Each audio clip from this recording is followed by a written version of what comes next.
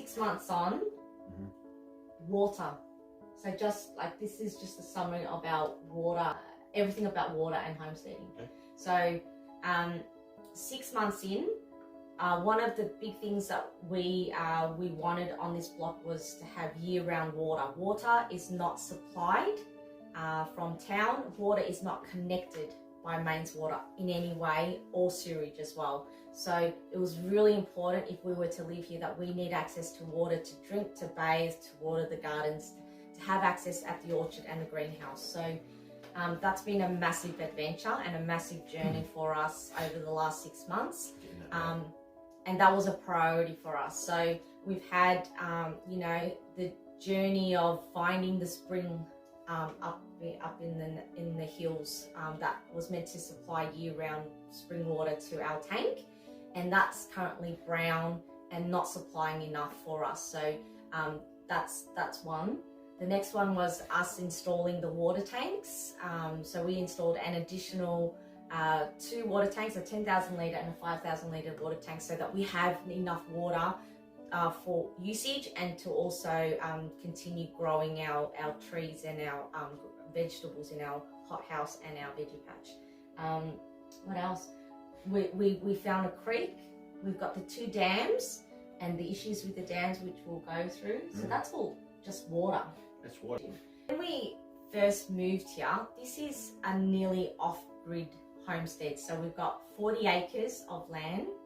We have water, which is off-grid, so it comes from the spring, the dam and the creek.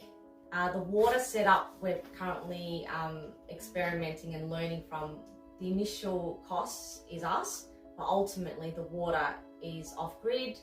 I was going to add something so I think a lot of people like to come off-grid, as we did, to get away from the grid, because I don't want to be reliant on other people to supply.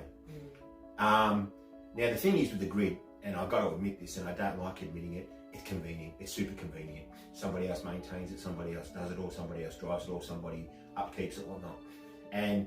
But the money you pay to have that convenience and to flick a switch, you're paying a premium for it. So we're off grid when it comes to water. It's cost us over $10,000 to set up water, the tanks, the irrigation, the transfer pumps. What was the spring like, the natural spring condition when we moved in? The water in our water tank was brown. Didn't know why. So that was one of the first things we did was we needed to understand why all our water source to the house was brown. So we know it was natural spring. We know it's good water, spring water, but why was it brown? What was occurring? So that made us, the first 2 months, when we only had the Jeep and hardly any gear, we went up there to try and find it. And me coming just out of hospital, it was hard the first couple of days. Resting. Yeah, and I shouldn't have been physically exerting so much made you do too much energy. But so when we got here, we did have a natural spring, and there is a natural spring, but it wasn't flowing. It's dirty, it's blocked, and there's some issues. And because it's so far away, we haven't had time to deal with it, which is my next question. So what have we done now, because the spring hasn't been working for us? Yeah, so after first problems. Yeah, so after 4 attempts over the space of probably 6 weeks, we had to make the decision. We needed water, and that was one of our biggest things is we need water. We're not connected to mains. We're too far away to be connected to any town water or mains water, and they won't come and connect us. So water was a massive priority for us. So because that spring-fed water tank was not filling naturally, we chose and decided to bring in 2 more water tanks, and we strategically put one just above the workshop and one by Blackbutt Shack. We brought in water, potable water, to fill it up for the first go. And what was the issue with the potable water?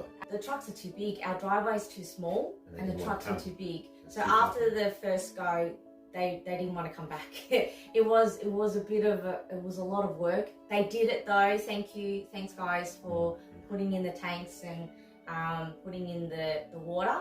So our next problem. So we knew the tanks would last us a few months, but then our next problem was we had family come over and visit. We knew family was coming over, which meant that the water would be drained.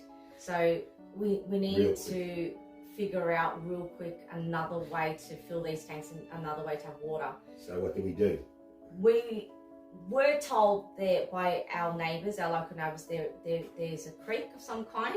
So we went and searched for it. Found the creek. So that took us 2 or 3 times, but that was a lot easier to get to. So we found a flowing creek. And then from there, Justin had to work out how to get water from our flowing creek to our new tanks.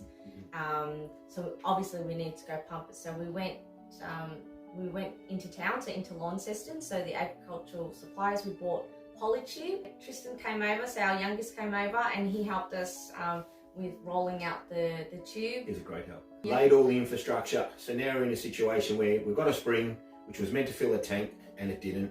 So we bought 2 other tanks, prepared all those, put potable water into those, discovered really quick that the potable water, if it's not getting topped up, doesn't last long. And they won't come out. Yeah. Found our creek, then bought the transfer pump, run all the irrigation and the plumbing to the tanks.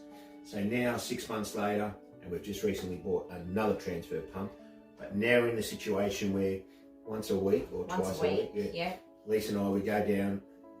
At the moment, we set up a transfer pump. We pump to a tank, then we get the transfer pump and we pump it from that tank up because the pump can't do the header pressure. Yeah, so we discovered one transfer pump is not enough to go up the hill to our original 5,000 litre tank. It's just not strong enough. So what Justin's done is from the creek, one transfer pump pumps to Black Butt Shack, which is lower down the hill, and then from Black Butt Shack, the piping's there, we can then pump that water tank up until the original 5,000 litre tank, and that's what we're currently doing. But ultimately, we need to go fix this natural spring. We can't, like, over winter and long term, it's not feasible and sustainable for us to keep pumping once a week just to get our water. So at the moment, blue skies. Lisa and I, 4 hours, it's not a problem. Yeah. But in the middle of winter, transfer pump on a trolley, downhill, wet grass and stuff, so our solution at the moment, which is running well for us, 2 transfer pumps pumping to the 3 tanks in great weather, in calm weather is perfect. Yep. But ultimately, we need to rely on the spring to continue. It's got a float valve in it. We need that to be able to continually fill itself up. So when we use 1,000 litres in the morning, it's topped up again, and that'll never get down. But at the moment, our plan B is our irrigation and our transfer pumps, which is fine, serviceable, manageable. We're living with it, but as it gets cold and raining, maybe snowing, we don't want to be doing that. But we're at a good stage now with the water. Yeah.